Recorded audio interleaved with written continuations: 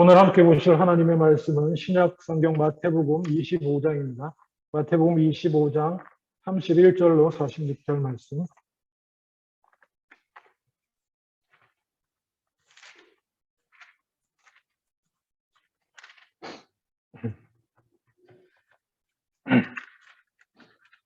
마태복음 25장 31절로 46절 말씀입니다. 제가 가진 성경으로는 44페이지입니다. 신약 성경 44페이지 제가 봉독합니다.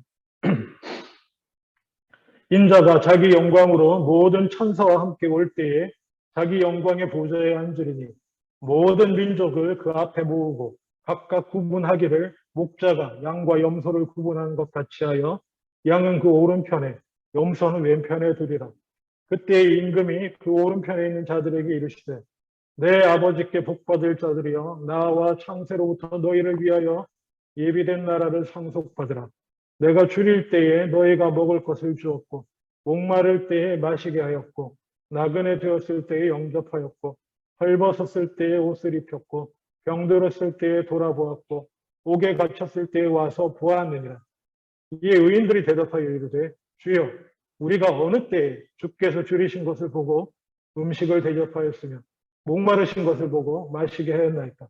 어느 때에 나그네 되신 것을 보고 영접하였으며 헐벗으신 것을 보고 옷 입혔나이까. 어느 때에 병드신 것이나 옥에 갇히신 것을 보고 가서 배웠나이까 하리니 임금이 대답하여 이르시되 내가 진실로 너희에게 이르노니 너희가 여기 내 형제 중에 지극히 작은 자 하나에게 한 것이 곧 내게 한 것이니라 하시고 또 왼편에 있는 자들에게 이르시되 저주를 받은 자들아 나를 떠나 마귀와 그 사자들을 위하여 예비된 영원한 불에 들어가라. 내가 줄일 때에 너희가 먹을 것을 주지 아니하였고 목마를 때에 마시게 하지 아니하였고 나그네 되었을 때에 영접하지 아니하였고 헐벗었을 때에 옷 입히지 아니하였고 병들었을 때와 옥에 갇혔을 때에 돌보지 아니하였느니라 하시니 그들도 대답하여 이르되 주여 우리가 어느 때에 주께서 줄이신 것이나 목마르신 것이나 나그네 되신 것이나 헐벗으신 것이나 병드신 것이나 옥에 갇히신 것을 보고 공명하지 아니하더이까. 이에 임금이 대답하여 이르시되 내가 진실로 너희에게 이르노니 이 지극히 작은 자 하나에게 하지 아니한 것이 곧 내게 하지 아니한 것이니라 하시리니 그들은 영벌에 의인들은 영생에 들어가리라 하시니라. 아멘. 자, 오늘이 무슨 날인지 혹시 아십니까? 오늘 설마 할로윈데이 이렇게 말씀하지 마세요. 오늘은 세상적으로는 할로윈데이지만 종교적으로 신앙적으로 보면 종교개혁 기념주일이기도 합니다. 10월 31일인데요.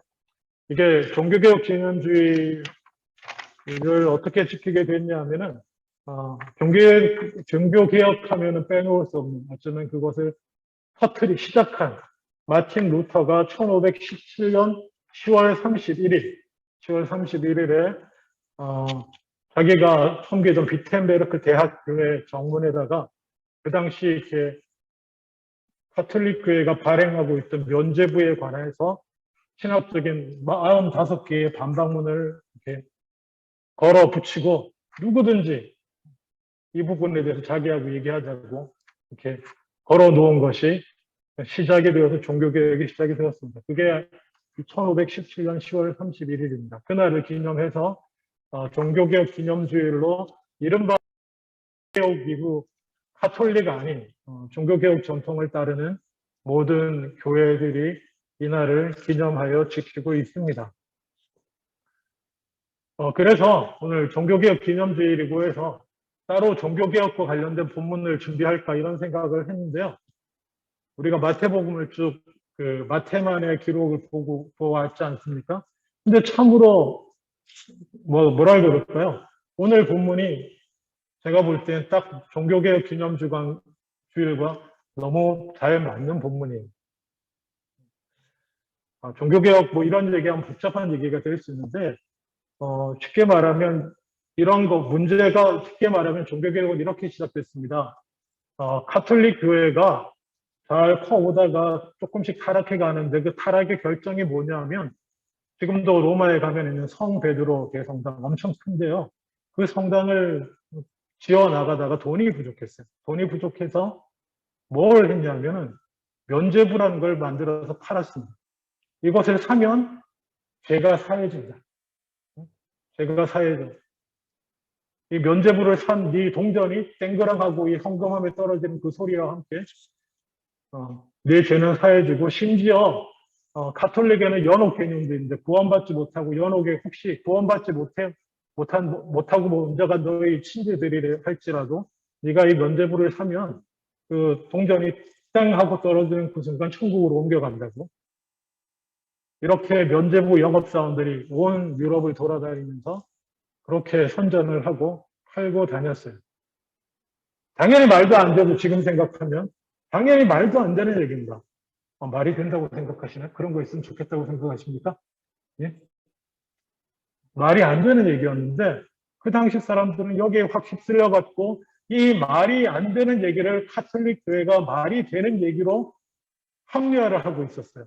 어떻게 합리화를 했냐면은 이 면죄부라는 것은 그 공로 없는 자들이 하나님 나라에 들어갈 만한 공로를 쌓지 못한 자들이 공로가 없기 때문에 지옥으로 가거나 이렇게 연옥으로 가거나 지옥으로 가는데 그 이른바 그 사람들 중에 좀 신앙적으로 잘 살았다고 생각되는 사람은 이렇게 성인을 주잖아요. 성인 가톨릭에서는 이 많은 성인들은 그 원래 그냥 보통 한 개인으로서 쌓아야 할 공로 이상을 수십 배, 수백 배의 공로를 쌓은 사람들이기 때문에 그 공로를 나눠 가질 수 있다는 거예요. 여러분 설득되십니까? 나는 공로가 없는데 나 말고 다른 사람이 수고한 거 아주 간단하게 말할게요. 우리 집에서 나는 뭐 신앙생활도 안 하고 믿음적으로 지난주 말한 달란트 있죠. 한 달란트도 안 하고 실천하지도 않고 뭐 아무것도 안 하고 공로가 부족한데 우리 집사람은 한 달란트 받아놓고도 10달란트씩 믿음의 교회 위해 수고했으니까 나는 아무것도 한 게 없지만 그 집사람의 공로를 내가 나눠받아서 나도 구원 얻을 거야. 뭐 우리 은연중에 우리 옛날 전도하다 보면 왜 교회 안 나오시는 아버님도 그런 얘기 하잖아요. 우리 집사람 치마 자락 천국 갈 거다. 뭐 이런 얘기를 하는 그 맥락 가운데는 그런 게 있는 거예요. 그리고 이걸 어디까지 적용하냐면 크게 예수님에게까지 적용해서 예수님은 정말 죄가 요만큼도 없이 그 인생 전부가 뭐예요? 하나님 나라를 위해 싸운 공로라는 거죠. 그래서 우리 모두가 그걸 나눠 가질 수 있다라는 그런 개념으로 적용을 하는 거예요. 그래서 그 면죄부를 사는 것도 그 공로를 내가 아니고 다른 사람이 행하여서 쌓아온 공로를 나눠 갖는 거예요. 설득되시나요? 이게 얼마나 사람 생각으로는 그럴듯해 보일지 모르지만 성경적으로는 전혀 말이 안 된다는 얘기를 신앙 루터가 공격하면서 종교개혁이 시작이 된 셈이에요. 그래서 여러분 교회 개신교 교회를 오래 다니시다 보면 이런 얘기 어디선가 들어보셨을 텐데 솔라 피데 뭐 이런 말 들어보셨나요? 오직 믿음이라는 뜻이에요. 비슷하죠? 솔로 오직 이 라틴어거든요. 솔라 피데 그리고 솔라 그라티아 이건 오직 은혜라는 뜻이고요. 그리고 솔라 스크립투라 그래서 이건 오직 성경. 그러니까 종교개혁자들이 마틴 루터를 뒤이어 나오면서 그들이 뭐라고 그럴까요? 모터라고 해야 되나? 그걸로 삼은 게 사실 순서가 좀 바뀌었어요. 제일 처음에 솔라 스크립투라, 두 번째가 솔라 그라치아, 마지막에 솔라 피데입니다. 이 세 가지를 내세웠어요. 그러니까 성경으로 돌아가야 된다. 교회에서, 교회 전통에서 이렇게 저렇게 뭐 신부들끼리, 고위 성직자들, 종교인들끼리 서로 인원해서 결정하는 게 아니고 그들이 인원해서 결정했더라도 그것은 성경에 비춰봐요. 성경을 통해서 그게 맞는지 틀린지, 그 결정이 옳은지 그른지는 오직 성경이 결정합니다. 뭐 교황이 뭐라 한 것도 소용없고, 뭐 성인, 옛날 성인이 그렇게 얘기했던 그런 거 다 필요 없고, 오직 성경 말씀만이 기준이 돼야 된다. 라고 주장한 게 종교개혁자들입니다. 그러니까 좋은 말로 하면, 죄송합니다. 카톨릭도 좋은 점들이 있어요. 저는 누구처럼 카톨릭을 이단으로 생각하지 않습니다. 카톨릭 안에도 구원이 있다고 저는 생각합니다. 예수를 믿으면 구원 얻으니까요. 그리고 제가 언젠가 말씀드렸다시피 이단을 가르는 가장 중요한 원칙은 삼위일체를 부인하는 것과 예수 그리스도의 십자가의 죽으심과 부활의 속죄를 부인하는 거예요. 그게 이단이에요. 요즘에는 뭐 자기 교단하고 다르면 이단이네 그렇게 말하지만 엄밀하게 초대교회에서 그냥 이단이냐 아니냐를 딱 결정하는 거는 성부, 성자, 성령이 한 분 하나님이시고 그리고 그 중에 이 땅에 내 육신을 입고 오신 성자 예수님이 우리 죄를 위해 십자가에 달려 죽으시고 부활하셨다고 하는 요거를 부인하고 여기다 뭔가 다른 거를 추가하거나 끼거나 뭐 하나님의 엄마가 있네 뭐 아니면 성령은 하나님이 아니네 아니면 뭐 예수 그리스도가 십자가에 죽으신 부활한 거 아니네 이런 얘기하는 거죠. 뭐 내가 성령이네 이런 얘기하는 이런 것들이 다 이단이지 그런 거 외에 그 핵심적인 부분에서 갈라지지 않으면 특별히 큰 의미에서 이단이라고 말하기 어렵습니다. 물론 뭐 이제 이거는 좀 논란이 있을 수도 있지만 어쨌든 본질적인 면이 어쨌거나 근데 카톨릭의 문제는 뭐냐 하면 이게 교회가 오래되다 보니까 그 교회에 쌓여진 전통이라는 게 있어요. 전통. 네? 교회의 전통을 거의 성경과 동등하게 두자는 거예요. 그래서 카톨릭은 언젠가 말씀드렸지만 교회의 전통과 성경 그리고 하나 더 있어요. 교회 회의, 교황을 중심과 추기경단의 회의 요 세 개가 동등해요. 그래서 어떻게 이상해지는가라는 얘기를 아주 예전에 제가 했습니다. 그게 문제고 그래서 그 세 개 때문에 그런 문제 때문에 면죄부 사건도 생기는데 그래서 종교개혁은 성경으로 돌아가자 했고요. 기준을 성경에서부터 출발하자 했고 그리고 성경을 보니까 구원을 그리고 특별히 면죄부 사건 이런 것들을 통해서 그 원래 생긴 문제가 뭐냐면 공로주의예요. 공로주의. 얼마나 거룩한 삶을 살았냐, 뭐 얼마나 희생을 했냐, 뭐 수도를 했냐, 뭐 이러는 공로주의를 거부하면서 그라치아예요. 공로가 아니고 은혜다. 성경을 보니까 은혜고 공로주의의 문제점은 뭐예요? 면죄부 같은 걸로 극명하게 드러나잖아요. 드러나고 그리고 은혜에 대한 믿음이지 공로가 아니고 행위가 아니다라고 하는 차원에서 솔라 피데 이렇게 되는 거예요. 솔라 오직 성경, 오직 은혜, 오직 믿음 이 세 가지가 종교개혁의 출발점이 되어서 지금 그 개신교회의 중요한 근간을 이루고 있고 장로교는 여기 두 개가 장로교 라인 칼빈 쪽을 따르는 데는 여기에서 두 개가 더 추가됩니다. 그게 뭐냐면 솔라 크리스투스 오직 그리스도 그리고 솔리데오 글로리아 해가지고 오직 하나님께 영광 이게 장로교는 두 개가 더 있는데 그냥 모든 원래 마틴 루터교나 이렇게 종교개혁에서 시작된 교회들은 이 세 개, 오직 성경, 오직 은혜, 오직 믿음 이 세 개를 강조합니다. 자 그러다 보니까 이게 카톨릭의 문제점과 싸우는 데는 아주 카톨릭의 문제점을 지적하고 나오면서 이건 정말 중요한 교리로 세워지긴 했는데 은혜고 믿음이다. 이거는 부인하는 거 아니에요. 이거 은혜고 믿음인 거 분명해요. 우리의 공로를 쌓아서 구원 얻지 못합니다. 예수님이 이루신 은혜를 믿고 의지함으로 하는 건데 그러다 보니까 어떤 게 나타나기 시작하냐면 삶을 무시하는 그리스도인의 믿음으로 살아가야 할 그리스도인답게 살아가야 할 행위를 무시해요. 그런 문제가 개신교회 안에서는 발생하기 시작하는 것입니다. 특히 한국교회 안에서도 그냥 한국교회 초창기 전도할 때 보면 구호가 뭐였나요? 예수 천당이에요. 그냥 다른 거 없어요. 중간에 아무것도 없어요. 예수 천당이에요. 믿고 천당이에요. 천당이란 단어도 좀 잘못된 단어지만 중간에 아무것도 없어요. 그리고 이것이 극단에 이르면 구원파 이단이라고 말씀했습니다. 마치 득도하는 것처럼 이렇게 예수가 그리스도인 사실을 어느 순간 내가 확 믿어지고 확 깨달아지고 요건 끝이라는 거예요. 몇 날 며칠 몇 시 깨달음을 얻었다. 그럼 그 이후에는 어떻게 살아 상관없대요.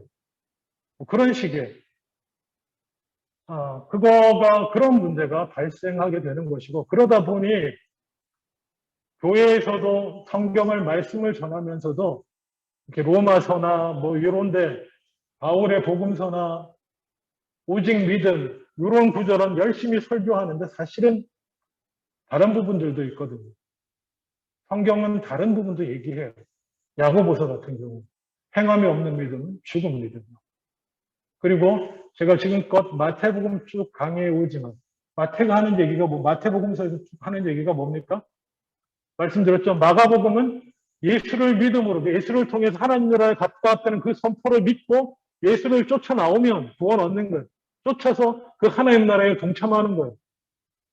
예수님이 하나님 나라가 이 땅에 임했음을 치유하는 사역으로 귀신을 내쫓고 모든 억울해진 것들을 하나님 뜻에 맞지 않게 억울해진 것들을 회복시키는 그 사역에 뒤따라 동참하는 자들은 다 따라 나서는 자들은 다 구원 얻은 그 복음을 마가는 그쪽을 강조해서 요약해줬다고 한다면 마태는 그렇게 쫓아다니는 게 다가 아니다 라고 마태는 지금까지 쭉 한 얘기가 마태에만 있는 얘기예요. 마가복음 원래 처음 기록이니까 마가복음의 예수님의 행적을 쭉 따라가면서 거기에 빠진 부분들, 말씀으로 빠진 부분들을 마태는 다 집어넣은 거예요, 이렇게. 그래서 그게 지금까지 한 겁니다. 얘기했죠? 혼인잔치에 나오는 것만이 중요한 게 아니라 예복을 입어야 되고요. 그런 것들이에요. 신랑을 기다리면서 등불을 들고 있는 것까지는 좋은데 기름도 준비해야 돼, 추가로. 그런 것들이에요. 그렇게 쭉 비유를 얘기해 오다가 마지막에 오늘 본문이 나오는 거예요. 오늘 본문은 언제를 가정하고 한 얘기입니까? 먼 훗날에 예수님이 제자들 앉혀놓고 지금 예수님 앞에 앉아있는 사람들은 예수님을 쫓아다니는 따라다니는 사람들이에요. 그 사람들 앉혀놓고 먼 인자가 자기 영광으로 모든 천사와 함께 다시 올 때 그때가 언제입니까? 언제인지 모르지만 먼 미래예요. 그때 영광의 보좌에 앉아서 모든 민족 32절 예수님을 따르는 자를 심판하는 게 아니고 모든 민족을 그 앞에 모으고 구분하는 날이 온다. 구원받는 자, 나를 따르는 자들을 앞에 모으고가 아니에요. 모든 민족을 그 앞에 하고 구분하는 날이 오는데 그 앞에 모으고 목자가 양과 염소를 구분하는 것 같이 할 것이다. 이 얘기 무슨 얘기냐면 양도 키우고 염소도 키워요. 같이 풀어서 데리고 다니면서 같이 방목하고 그렇게 키우는데 예수님 항상 그 생활 비유를 드시니까 양과 염소 알지 너희들. 근데 저녁일 때 다 끌고 오잖아. 다 데리고 와서 우리에 넣어야 되는데 문제는 뭐냐면 양과 염소는 한 우리에 못 넣습니다. 염소는 뿔이 뾰족하고요. 양은 이렇게 말려있지만 그래서 성격도 사나워요. 그래서 이렇게 양 털에 걸리거나 아니면 들이 받거나 막 이렇게 해서 이렇게 펼쳐놨다가 저녁이 돼서 다 우리로 데리고 들어와서는 나눠요. 그렇게. 그 얘기 하시는 거예요. 그냥 우리는 감이 잘 안 오지만 그 당시 사람들은 다 알아듣는 얘기예요. 양과 염소를 나누는 것과 같다. 그래서 양과 염소를 나누는데 양은 오른편에 염소는 왼편에 역시 좌빨은 안 돼. 이렇게 얘기하시면 안 돼요. 그냥 좌우가 이렇게 된 거예요. 십자가의 왼쪽 구원, 오른쪽 강도는 구원, 왼쪽 강도는 그런 거 아니라고 했습니다. 왼쪽 오른쪽 없어요. 자, 양은 그 오른편에 염소는 왼편에 뒀다. 그때의 임금이 그 오른편에 있는 자들에게 이르시되 복받을 자들이여 나와서 창세로부터 너희를 위하여 예비된 나라를 상속받으라. 천국에 하나님 나라에 너희는 들어간다 이제. 예비된 하나님 나라 가운데 이제 너희는 다 들어가라는 놀라운 말씀을 하시면서 무슨 얘기? 우리가 다 아는 얘기죠. 내가 줄일 때 너희가 먹을 걸 줬고 목마를 때 마시게 했고 나그네를 때 영접했고 헐벗을 때 옷을 입혔고 병들었을 때 돌보았고 옥에 갇혔을 때 와서 보았느니라. 그러면 이 얘기를 듣고 있던 37절의 의인들이 당황스럽죠. 당황스럽지 않습니까? 보세요. 이때가 언제입니까? 심판날이? 최소한 예수님이 이 말씀하시고 2021년은 더 지나야 오는 그날이니까 지금 그 대부분의 사람들, 이 자리에 이 자리에 불려 나온 대부분의 사람들은 예수님을 본 적이 있습니까? 만난 적이 있습니까? 본 적도 만난 적도 없어요. 육신적으로. 그러니 당황스럽죠. 너희가 내가 목마를 때 먹였고 마실 걸 줬고 목마를 때 먹였고 헐벗을 때 입혀줬다. 주님 저희가 언제 이렇게 되는 것과 너무나 자연스러운 대답이에요. 언제 그렇겠습니까? 그럴 때 그런 얘기하니까 40절에 임금이 대답하여 이르시되 내가 진실로 너희에게 이르노니 너희가 여기 내 형제 중에 지극히 작은 자 하나에게 한 것이 곧 내게 한 것이다. 이 작은 자들 중 하나를 섬긴 것이 나를 섬긴 것이다. 그리고 이제 바로 왼편에 있는 왼편에 있는 자들에게 41절에 왼편에 있는 자들에게 이르시되 저주를 받은 자들아 나를 떠나 마귀와 그 사자들을 위하여 예비된 영원한 불에 들어가라. 당황스럽죠? 이제 이 사람들도 아니 왜 갑자기 왜 내가 지옥이야? 내가 줄일 42절 내가 줄일 때에 너희가 먹을 걸 주지 아니하였고 목마를 때 마시게 하지 아니하였고 나그네 되었을 때 영접하지 아니하였고 헐벗었을 때 옷 입히지 아니하였고 병들었을 때 옥에 갇혔을 때 돌보지 아니하였느니라 하시네. 그들도 할 말이 있죠. 당연히. 주님 우리가 언제 좀 더 다른 의미요. 내가 주님을 만난 적도 없고 응? 주님이 살던 시대하고 제가 살던 시대가 다른데 그런 거 말씀하시면 어떡합니까? 언제 제가 그렇게 할 수 있습니까? 응? 아니면 또 다른 의미로 우리가 언제 안 했습니까? 주의 몸된 교회를 이렇게 섬겼잖아요. 주의 교회를 위해서 제가 한 일이 이렇게나 많은데 기적도 행하고 귀신도 내쫓고 주님의 교회를 위해서 제가 이게 주님의 몸된 교회를 한 거니까 주님 위해서 한 거 아닙니까? 저는 이런 얘기도 담겨 있다고 생각합니다. 왜냐하면 마태복음 앞부분 제가 맨날 얘기하잖아요. 주여 주여 하던 자들 그리고 주의 이름으로 많은 일들을 행했던 사람도 분명히 있을 거기 때문에 이게 주님을 위해서 한 일 아닙니까? 제가 그렇게 말할 때에 똑같은 대답이요.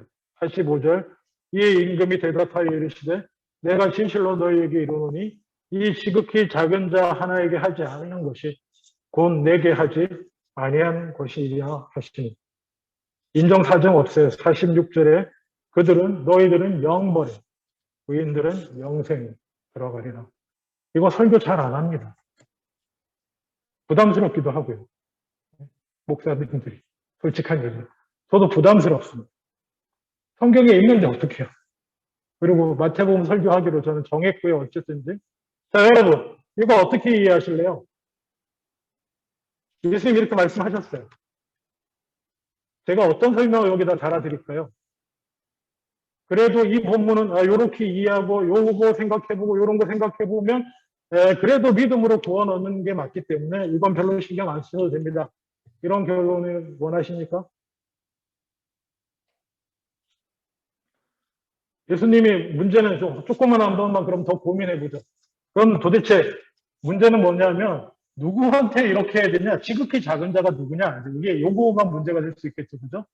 그래 그러면 예수님, 목사님 지극히 작은 자가 누굽니까? 이렇게 협박하시지만 말고 영벌에 지극히 작은 자가 누군데? 누굴 것 같습니까? 여기에 여러 가지 얘기가 있습니다. 어떤 분은 40절에 예수님이 여기 내 형제 중에라고 한 얘기를 딱 집어가지고 예수님이 내 형제 중이라고 하지 않았냐. 응? 누가 예수님의 형제냐. 예수를 믿고 따르는 사람들, 그의 말씀대로 사는 사람이 형제요, 자매요, 모친 아니냐. 그러니까 이 얘기는 예수님이 같이 믿는 사람들 중에 같이 신앙생활 믿는 교인들 중에 성도들 중에서 힘들고 어렵고 신앙 때문에 고난당하고 고통당하는 자들을 너희가 돌보지 않고 무시하는 자는 지옥이다. 그렇게 말씀하신 것이라고 주장하는 쪽이 한쪽이 있습니다. 동의하시나요, 여러분? 어떻게 생각하세요? 그게 될 수 없는 얘기가 뭐냐 하면 물론 나중에 후반 45절에는 그 형제 중이라는 단어를 빼셨을 뿐만 아니라 이 지극히 작은 자 그리고 우리가 이미 누가복음에 보면 선한 사마리아인의 비 누가복음 10장 25절에 37절에 보면 그 율법 중에 가장 가장 큰 게 뭡니까? 라고 물었을 때 뭐라고 예수님 말씀해 주셨죠? 하나님을 사랑하고 이웃을 사랑하는 거다.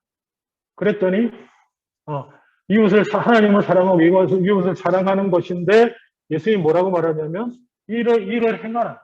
그리하면 구원을 얻을 거다. 그렇게 분명히 말씀하셨어요. 지금 요 문장 요대로는 아니지만 성경 보세요. 물어보는 사람한테 계명 중에 뭐가 제일 큽니까? 하나님은 다 사랑하고 이웃을 사랑하는 건데 가서 이대로 행하라. 그러면 살리라.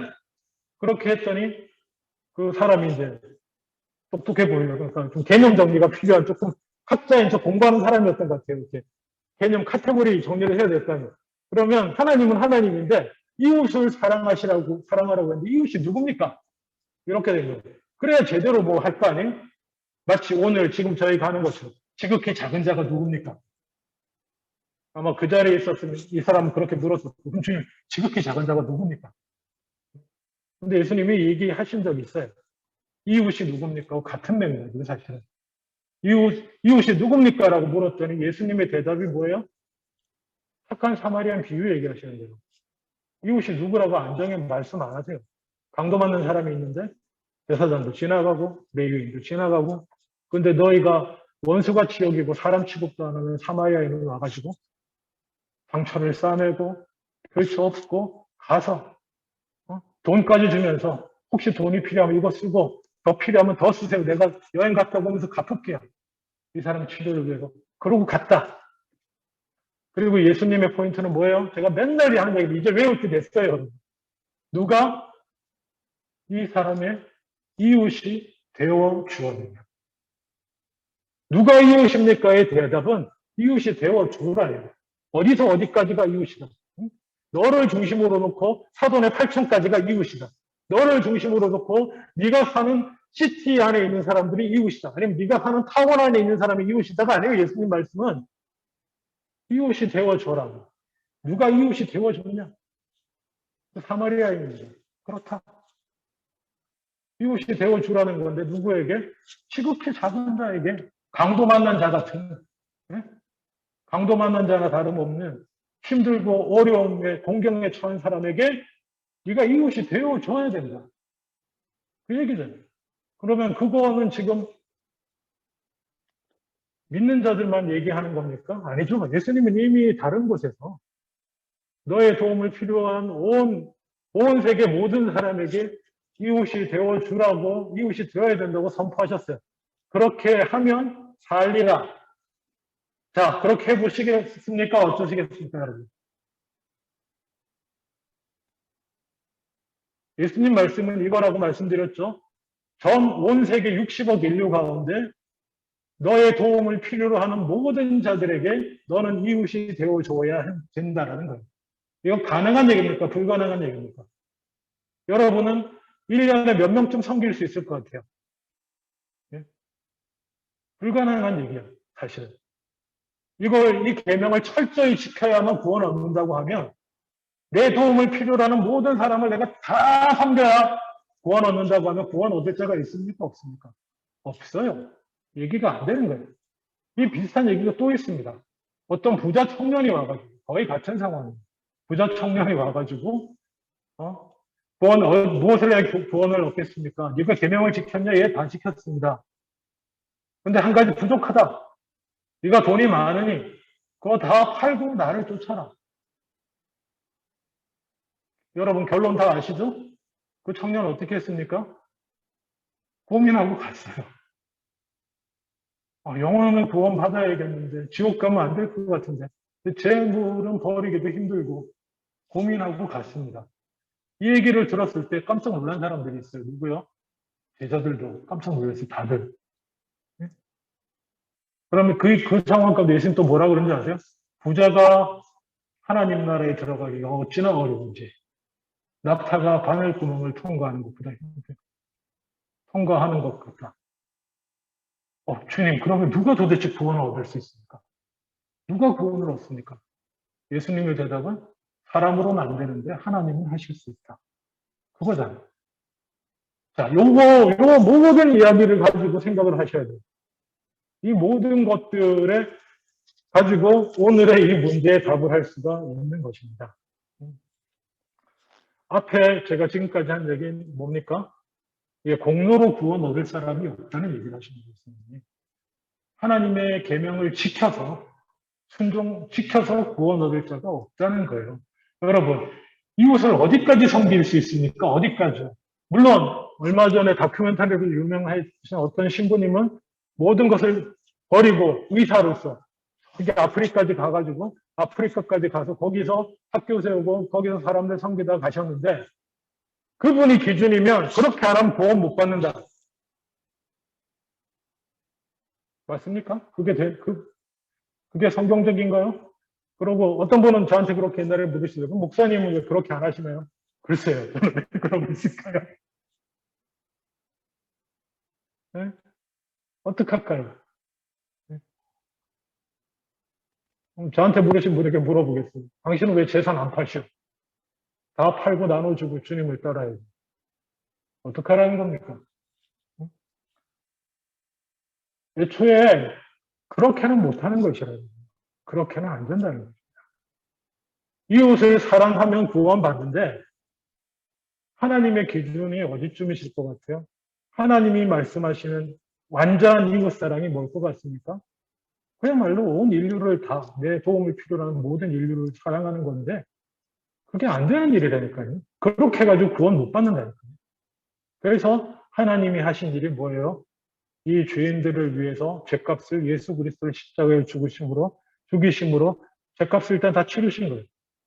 다 치렀고 너희가 이 하나님이 원하시는 그 공로, 의의 기준에 다다를 인간은 아무도 없기 때문에 그래서 예수님이 그런 식으로 얘기하는 거예요. 그 청년한테도 재산 다 팔고 나를 쫓아라. 안 되잖아. 물론 근데 거기에 눈치 없이 나선 제자들 주님 저희는 다 버리고 따라는 거예요. 그 얘기 그대로 나와요. 얼마나 재밌는지 모릅니다. 그 청년은 고민하고 가니까 아셔보자고 우린 다 버리고 따라는 거예요. 주님 저희한테는 뭘 주실 건가요? 이미 거기서 글러먹었지만 하여간에 그러는 분위기가 연출이 되는데 그 예수님의 모든 얘기는 너희가 너희 힘으로 구원 얻을 수 없고 오직 예수 그리스도를 통해 주어지는 은혜에 기댈 수밖에 없다는 거예요. 우리는 어떻게 할까요? 얘기가 좀 옆으로 갔지만 아까 질문에 대한 답을 말씀드리면 지극히 작은 자는 이웃이에요. 이웃. 내 도움을 필요로 하는 이웃. 그냥 이웃 말고 아까 그 강도 만난 자 착한 사마리아인의 비유에 있는 그런 내가 이웃이 되어줘야 할 그런 사람들을 말해요. 그런 사람들에게 하는 것이 곧 예수님께 하는 것인데 이런 사람들이 한둘입니까? 누구에게 하고 누구에게 못할까? 어디까지 우리가 해야 되냐? 이 문제가 부대껴요. 그건 결국 재산을 다 팔 것인가 안 팔 것인가 하고 문제고 관련되는 거고 그래서 결국 우리는 주님의 말씀을 의지할 수밖에 없어요. 마태복음 19장 26절에 사람으로는 할 수 없으나 하나님으로서는 다 하실 수 있다. 저는 이렇게 적용합니다. 하나님이 하게 하시는 사람은 할 수 있어요. 그다음에 하나님이 5달란트를 요구하시는 사람은 5달란트 값을 할 수 있어요. 전 재산을 팔고 그 다큐멘터리 나오는 신부님처럼 그런 분들은 하나님이 5달란트를 맡기신 분이라고 저는 믿습니다. 저한테는 한 달란트 정도 맡기셨으면 좋겠네요.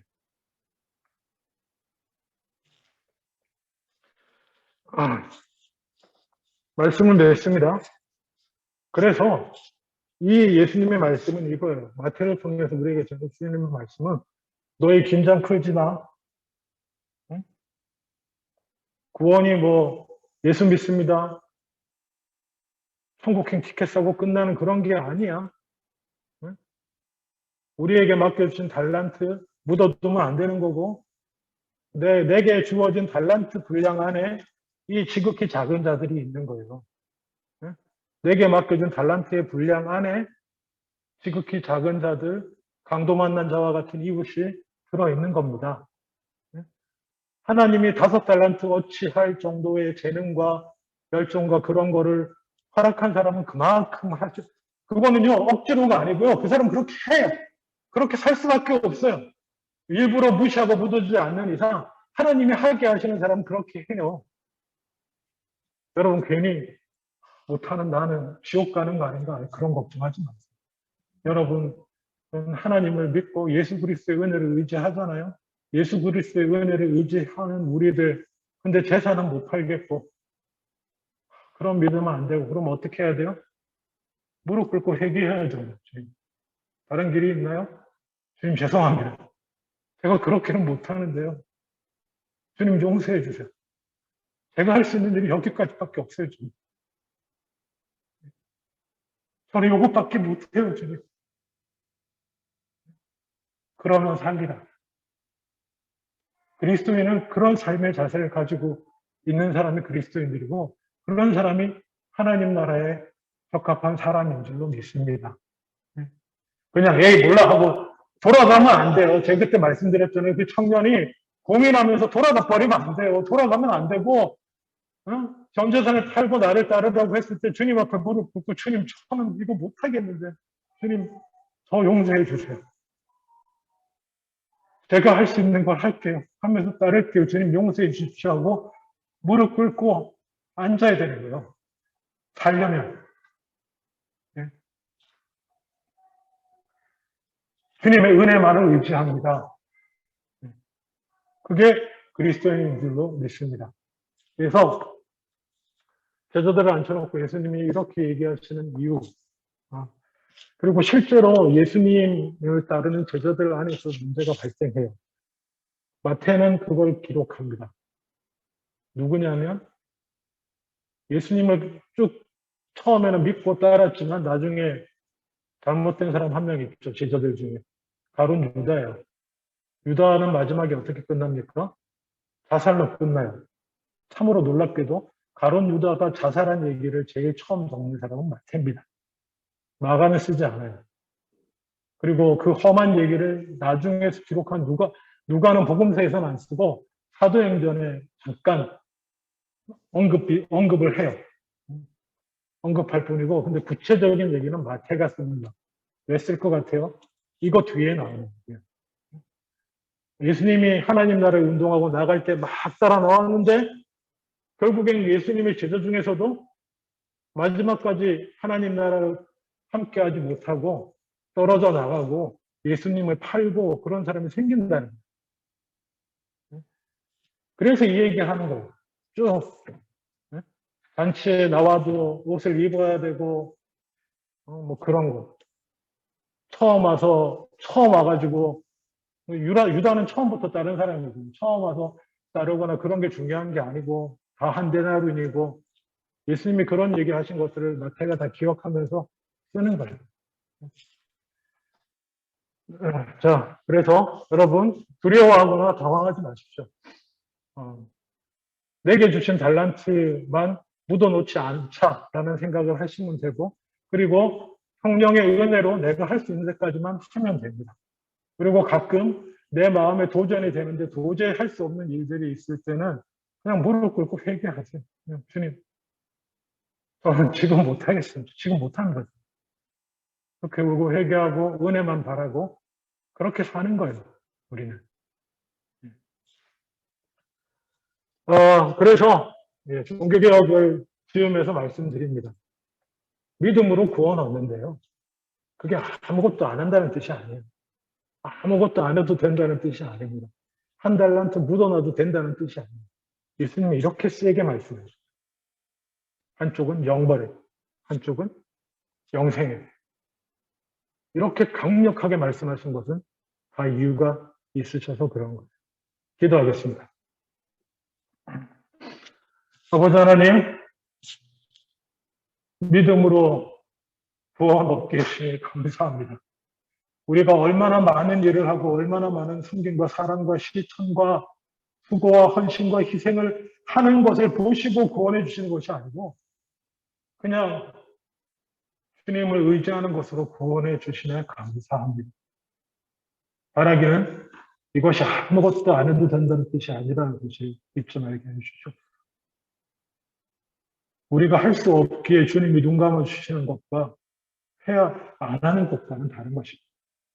마땅히 할 바를 5달란트, 2달란트, 1달란트 주님이 맡기시고 기대하시는 만큼 다 못하더라도 우리가 할 바는 하며 믿음으로 나아가는 우리들 다 되게 하여 주시옵소서.